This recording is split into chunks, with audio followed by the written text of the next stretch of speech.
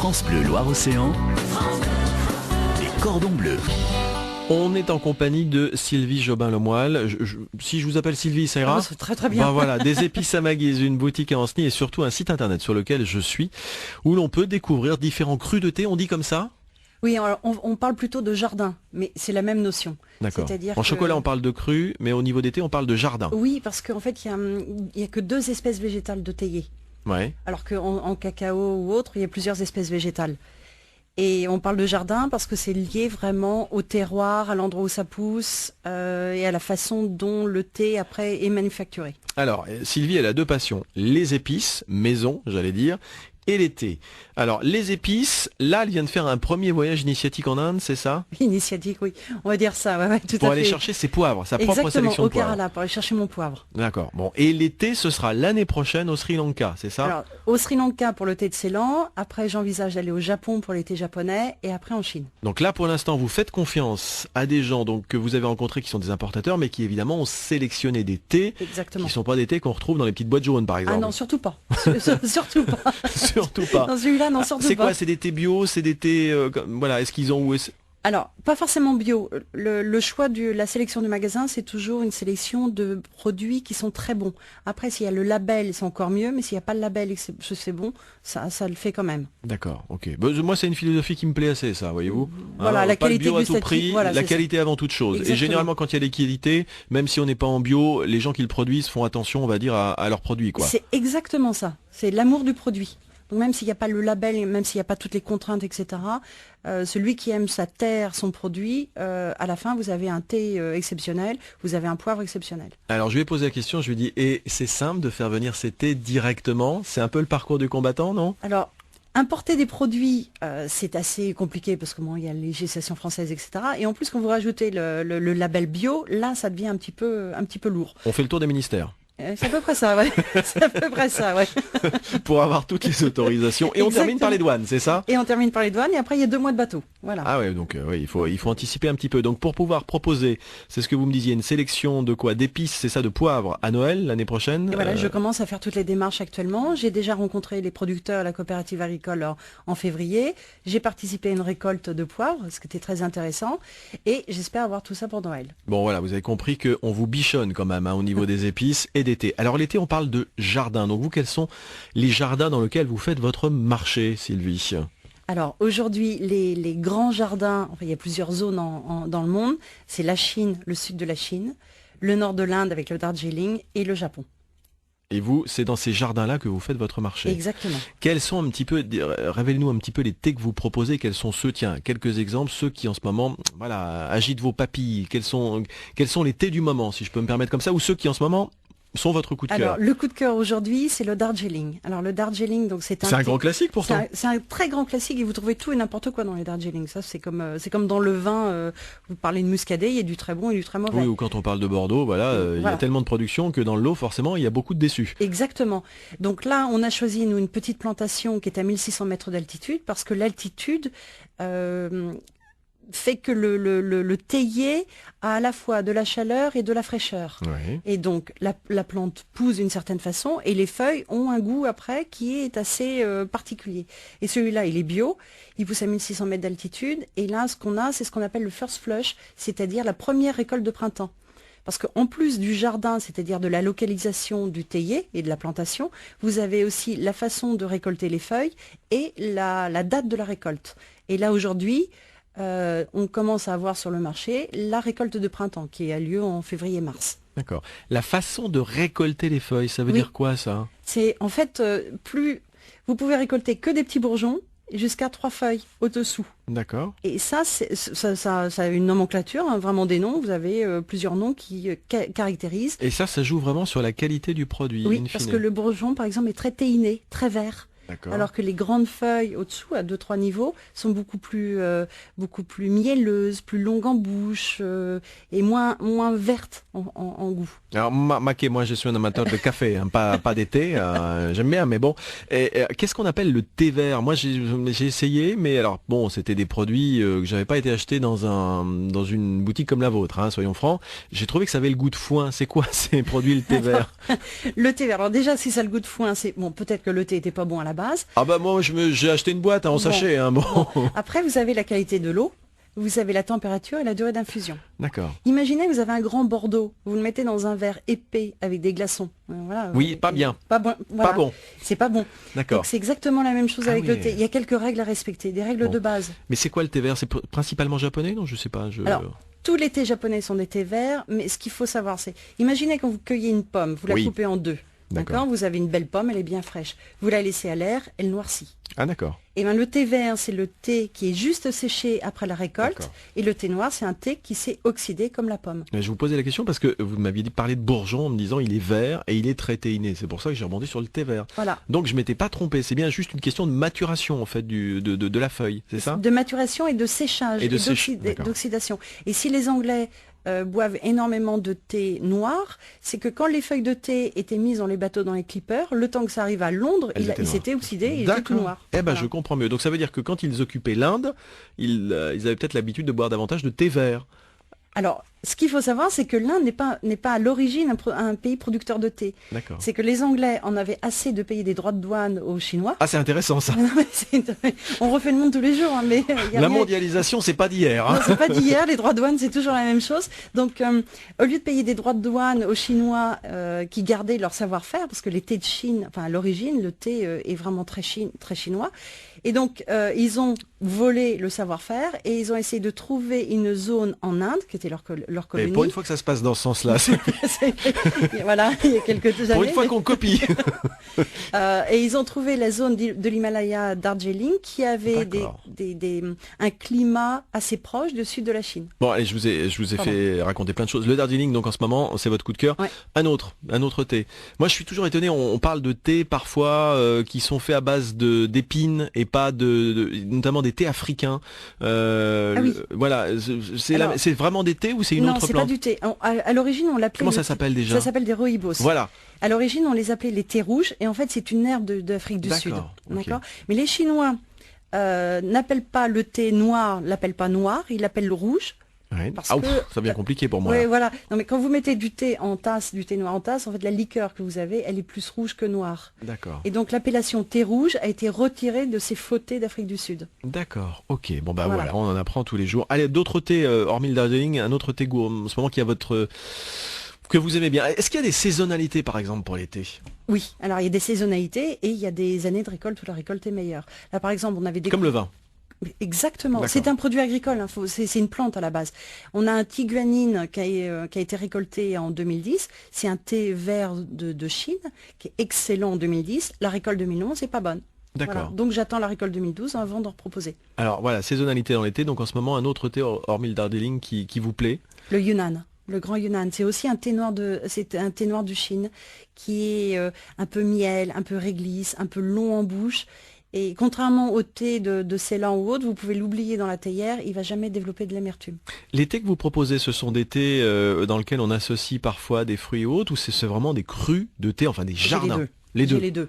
Mais vous êtes sur le jardin, l'authenticité, si je comprends bien. Non, parce qu'on a le droit d'être un peu gourmand aussi. Un petit thé aux fruits rouges, c'est sympa aussi, mais c'est pas forcément la même... Moi, le café avec du caramel dedans, non, hein, c'est clair, hein, c'est café. Hein. Alors moi, personnellement, je préfère plus les thés grand jardin parce qu'on a toujours le goût de la feuille de thé et c'est comme du vin. Par contre, de temps en temps, un petit thé aux fruits rouges, un petit thé aux agrumes, ça fait du bien. Mais la sélection que je fais, c'est qu'on doit toujours avoir le goût du thé derrière, pas simplement le fruit rouge. Autrement, on prend des fruits rouges et on boit un jus de fruits. Mais si vous voulez le café à la vanille que me vend Georges, non, c'est non. Hein. Moi, c'est du grand café. Voilà. Ouais, voilà. Bon. Bon, allez, on continue à parler d'été. On va vous faire un petit thé gourmand, une petite recette dans quelques instants pour accommander justement un Darjeeling, c'est ça? Oui, voilà. Le Darjeeling, c'est un thé. Le Darjeeling, pardon. Non, mais excusez-moi. Sorry. My Taylor is not very rich.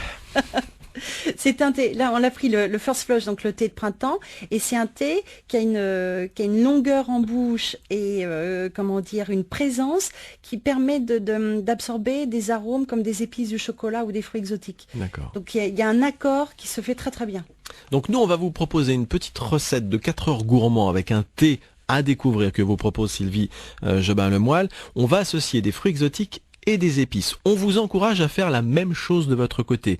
Vous qui êtes gourmand ou gourmande, parce que il y a des messieurs aussi qui aiment beaucoup le thé, on est bien d'accord, hein, il y a des amateurs. Hein. Ouais. Vous allez faire votre petit 4 heures gourmand à vous, entre copains ou entre copines, pourquoi pas, et vous nous dites voilà, j'ai associé tel fruit avec telle épice et je propose tel thé. Nous, ce qui nous intéresse, c'est surtout l'association fruits-épices. On était plutôt parti sur les fruits exotiques, parce que ça se marie mieux. Et puis parce que sur la fraise, c'est vrai qu'on en a parlé, mais c'est bon, hein, la fraise, elle pousse pas vraiment maintenant, hein, faut attendre encore un peu. Donc là, bon, il y a des gens qui travaillent sérieusement, qui la font en pleine terre, sous serre, ça donne quelque chose de très bien, mais on peut pas dire franchement que ce soit un produit bio, Sylvie, hein, on est d'accord. Non, bon, voilà, la fraise, ce sera juin-juillet, et effectivement, la fraise se marie très bien. Et après, avec différentes variétés, on va pouvoir étendre jusqu'en août, etc. Exactement. Mais là, c'est en jouant sur les variétés. Bon, mais néanmoins, si vous en trouvez de la bonne, que vous avez envie de l'associer avec un petit peu de poivre, je sais pas, moi je dis ça. Hein, ça se fait bien ça, hein. On a un petit mélange de poivre noir, baie rose et gingembre qui se marie très très bien avec la fraise fraîche. Voilà, demandez aux grands chefs qui viennent régulièrement dans cette émission, très souvent quand ils font des petites soupes de fraises toutes bêtes là en ce moment, hop, ils mettent un petit mélange comme ça dessus et ça exhale les saveurs. Hein. Exactement. Alors, voilà, il y a plein de trucs comme ça, on pourra vous en donner. Alors livrez-nous vos recettes, c'est parti. À la clé, pour ceux qui aiment le thé, vous nous offrez, Sylvie, une boîte de thé. Alors une belle boîte en bambou avec 4 sortes de thé, et les thés sont en sachet mousseline, sans colle, sans agrafe, fabriqués en France. Voilà. Et en plus, une invitation à une animation que propose régulièrement Sylvie Jobin-Lemoyle dans sa boutique des épices à ma guise. Lâchez-vous, livrez-nous vos recettes de thé gourmand, on les a appelées comme ça, fruits plus épices, et vous repartez avec les cadeaux. Puis j'ai des beaux bouquins aussi à vous offrir. C'est parti, 02 40 73 6000. France Bleu Loire-Océan, partagez vos recettes dans les cordons bleus. 02 40 73 6000. Des épices, on peut en mettre même partout, hein. On est en train de dire avec Sylvie Jobin-Lemoyle, même dans les whiskies par exemple. Hein. Enfin en tout cas, ça leur donne un goût épicé. On est en train de parler des bonnes choses parce qu'on est en train de me dire, il faut que tu te mettes au thé, il faut que tu goûtes le vrai thé. Mais je bois du vrai thé de temps en temps. J'apprécie tout ce qui est bon, moi de toute façon. Les bons thés, les bons cafés, les bons whiskies, tout ce que vous voulez. On parle de cette petite recette gourmande que vous nous proposez, Sylvie Jobin-Lemoyle. On rappelle, on va vous proposer un petit thé, une petite préparation de 4 heures. Voilà. Exactement. Avec des fruits et des épices. Qu'est-ce que vous nous proposez, Sylvie? Allez-y. Et de votre côté, vous faites pareil. Appelez-nous, hein. Alors, une petite idée qui est très facile à faire, c'est vous prenez une banane, vous la coupez en 4, 5, 6 morceaux, vous arrondissez un petit peu les rondelles de banane, et vous les trempez dans du chocolat chaud. Oui. Voilà, vous les faites sécher sur une pique, et vous jetez 2-3 pincées de vrai gingembre moulu. D'accord. Okay. Alors, quand je dis de vrai gingembre moulu, c'est-à-dire que si c'est pas du vrai gingembre moulu, vous en mettez 6 ou 7. Pincé. Ah oui, ça c'est comme le sel. Celui qui est très raffiné et celui qu'on récolte près de chez nous, il sale pas pareil. Exactement. D'accord, ok. Exactement. Et donc le gingembre, alors la banane apporte une sorte de fondant assez sympa. Autour, vous avez le croquant du chocolat et vous avez le piquant et le goût un peu poivré et citronné du gingembre. D'accord. Et le tout autour, au bout d'une pique, donc c'est un peu régressif, ça c'est sympa. Et notre Darjeeling, il va bien passer avec super. Super, ouais. Impeccable. Donc ça, c'était un premier exemple. Mais vous en avez d'autres? Oui, j'en ai fait plein. Après, je me suis un petit peu inspirée des Indiens qui boivent énormément de yaourt avec des épices et des fruits. Donc un petit lassi, ça s'appelle lassi, donc une boisson yaourt, avec de la mangue et de la cardamome moulue. Ah, j'adore. Et vous savez, j'adore, moi, dans les restaurants indiens, à la fin, quand on vous donne le petit, c'est quoi, c'est un petit sachet d'épices, c'est ça? Oui, on croque dedans. On croque dedans, c'est drôlement bon, ça. C'est très sympa. Donc ça, c'est sympa aussi. Un petit dernier, allez, qu'est-ce que vous pourriez nous proposer? Alors, une petite tartelette assez simple à faire aussi, de fruits de la passion, de mangue, pour adoucir un petit peu le côté acidulé de la passion, et avec du poivre de Szechuan. Tout bête ça, le poivre de Szechuan. Oui. Mais voilà. Et alors, est-ce que c'est vrai? Je le disais tout à l'heure très sérieusement, beaucoup de chefs m'ont dit, la cuisine c'est une question d'association de goût, de saveur. Prenez une fraise, mettez un tout petit peu justement de poivre de Szechuan dessus ou autre, un tout petit peu, et goûtez. Ça change tout. Ça change tout. Qu'est-ce qui se passe? Alors, ce qui se passe, c'est que le côté, si le cerveau oublie que c'est du poivre, donc il faut pas le dire. Faut pas le dire. Faut pas le dire. Parce qu'en fait, on a toujours tendance à dire, bon, le poivre est une épice salée, la vanille est une épice sucrée, etc., etc. Si vous oubliez que c'est du poivre, vous allez goûter un côté piquant qui va faire en sorte que votre palais va être réveillé. D'accord. Donc tout d'un coup, toutes les saveurs vont exploser. C'est un peu comme le citron dont on se sert parfois pour relever un petit peu le goût. Exactement. C'est pareil. C'est pareil. C'est la même démarche. Alors ça, c'est le côté poivre ou le côté gingembre qui a à peu près les mêmes propriétés. Par contre, si vous mettez de la cardamome va apporter une vraie fraîcheur et longue en bouche. Et là, vous avez le palais qui est tout frais, tout prêt pour accepter les différentes saveurs. Voilà qui est dit. Alors, de la même manière que chez nous, maintenant, vous cuisinez avec du sel récolté à Guérande, à Noirmoutier, Oui. ou même dans le Marais de Bourgneuf, maintenant, et que vous faites la différence en vous disant, c'est vrai que ça sale pas de la même manière que le sel industriel raffiné 15 fois. Il est blanc, mais il a plus de goût. Tandis que là, effectivement, il a du goût. Bah, faites la démarche, effectivement, d'aller vous servir pour vous faire plaisir en vrai thé chez Sylvie, ou bien en épices, effectivement. Moi, je peux vous dire qu'elle m'a apporté du poivre. C'est un vrai régal. Quand on le met, il faut pas en mettre beaucoup, par contre, hein. Non, Et tout de sert à suite, ça rien. relève les saveurs et ça donne un goût très particulier. Eh bien, allez-y, faites-vous plaisir. Alors, on vous invite à faire ce qu'a fait Sylvie, c'est de nous faire un petit thé gourmand. Je suis sûr qu'il y a des amateurs de thé qui nous écoutent, hommes ou femmes, soyez pas timides. Il y a beaucoup d'hommes qui viennent dans la boutique Oui, aussi. oui, tout à fait. C'est pas une boutique de femmes. Je voulais surtout pas une boutique de femmes. Ouais. Enfin, je voulais pas une boutique Pas une boutique de copines. ni de copines ni de vieilles anglaises. Vous voyez ce que je veux dire? D'accord, Je je vois voulais bien. une boutique de gourmands et gourmets, Voilà. de gens qui veulent explorer des nouvelles saveurs, qui veulent partager des choses. Bon, donc voilà. Et ben, livrez-nous vos 4 heures gourmands. Nous, on a un petit Darjeeling à vous proposer, mais faites-nous une association fruits, alors exotiques si vous le souhaitez, ou fruits de saison, épices, et dites-nous avec quel thé vous le buvez. Ça, c'est l'option, hein. Oui, voilà. Vous repartirez avec une boîte de thé que vous offre Sylvie. Alors, pour les amateurs de thé, il y a que des grands jardins dedans, c'est Oui. ça? Voilà, attention. Et puis aussi une invitation et une animation, vous en faites régulièrement sur le thème des thés ou des épices, hein. Épices, poivre, thé, vanille, voilà. À découvrir. Allez, c'est parti. Livrez-nous vos recettes. C'est facile de repartir avec des cadeaux. Et puis nous, on a des bouquins aussi. Alors, Nicole Thépeau, qui est une spécialiste des desserts, hein, aux éditions Ouest France, elle vous a fait un petit pêle-mêle des gourmands. Il y a plus de 120 recettes de desserts. C'est pas mal. Si j'arrive à le récupérer, parce que Sylvie me l'a fauché. 02 40 73 6000. Dans quelques instants, on vous attend avec vos recettes de thé gourmand. C'est simple, hein. Vous faites vous-même votre petit dessert. Vous nous dites ce que vous avez mis dedans. Fruits, épices, ça nous conviendrait pas mal. Et vous repartez avec votre boîte de thé. France Bleu Loire-Océan. Les cordons bleus, Hervé Marchioni. 02 40 73 6000. France Bleu Loire-Océan. Les cordons bleus. En compagnie de Sylvie Jobin-Lemoyle, des épices à ma guise, une boutique à Ancenis, mais si on n'a pas le courage, c'est un petit peu dommage, mais un week-end, on passe vous rendre visite un samedi, si on n'a pas le courage de se déplacer, il y a un site internet. Exactement. On peut acheter. Exactement. Voilà. On Ouais. peut acheter plein de choses. On vous avait lancé une idée de recette autour d'un petit thé gourmand. C'est pas grave, la petite boîte de thé, elle va faire des heureux, vous inquiétez pas, hein. On va les boire, les thés, hein. On a déjà des clients, hein, je peux vous le garantir. On va dire 2 mots des animations, parce qu'il y avait une invitation aussi pour des animations le mardi et le jeudi, alors sauf quand il y a le jeudi de l'Ascension au milieu, par exemple. Vous Exactement. proposez à partir de 18h30. 1 heure d'animation et le but c'est toujours de faire le premier pas dans un domaine. D'accord. Donc quand on fait par exemple l'animation sur les épices, les indispensables, on va voir les 10 épices les plus courantes, le curcuma, le gingembre, etc. On va enlever toutes les fausses idées. Oui. On goûte aussi des associations très simples et on donne des recettes. Et les gens, en plus je fais un quiz au démarrage pour savoir, parce que les gens en connaissent beaucoup plus qu'ils ne le croient. Et on fait un petit quiz, donc c'est assez sympa. Et après, les gens repartent en disant généralement, bon, je vais voir mon placard, je vais le vider ce soir. Donc les Voilà. épices, les indispensables, c'est mardi 15, hein, si Oui, je dis pas de exactement. bêtises, entre 18h30 et 19h30. L'adresse de la boutique à Ancenis, c'est 27 rue Saint-Michel, Michel, face au Halles. face au Halles, Ouais. d'accord. Les autres rendez-vous, je vous les donne pêle-mêle. Il y aura les vanilles, les 22 et 24 mai. Les poivres, 29 et 31 mai. On a beaucoup parlé du poivre de Séchouane. Il y en a d'autres, des très connus, des poivres. Bah, il y a 2000 sortes de poivres au monde, donc Voilà. voilà. Mais le poivre de Séchouane, ça nous dit quelque chose. Oui, et Ouais. c'est pas un poivre. Ah ben voilà. Formidable. Voilà. On aura appris quelque chose déjà, donc si vous souhaitez en savoir plus, 29-31 mai. Et puis après on part sur le mois de juin. Alors le 5 juin c'est les Sushi World, parce que vous faites du sushi aussi. Alors, on a beaucoup de produits japonais et en fait, les gens ne connaissent pas du tout les produits japonais et rentrent dans ces produits-là à travers les sushis. Donc, c'est ma porte d'entrée. D'accord. Donc, je leur fais goûter du vrai wasabi, qui n'est Ouais. pas vert fluo, hein, déjà. Du gingembre confit au vinaigre, qui n'est pas rose. D'accord. Voilà, donc déjà, on enlève 2-3 a priori. Et Ok. après, on s'amuse à faire les sushis. D'accord, ça marche. Le 12 juin, les thés comme épices. Voilà, Ça, c'est le thé intéressant. comme une épice en cuisine. Et le 19 juin, on pensera à vos soirées barbecue. On fera des cocktails là aussi Ouais. avec des épices. Bah c'est ça oui, forcément, Bah, ouais. forcément. Bah, voilà. Bon. Forcément. Voilà le programme d'animation. De toute façon, vous le retrouvez sur le site de la boutique des épices à ma guise.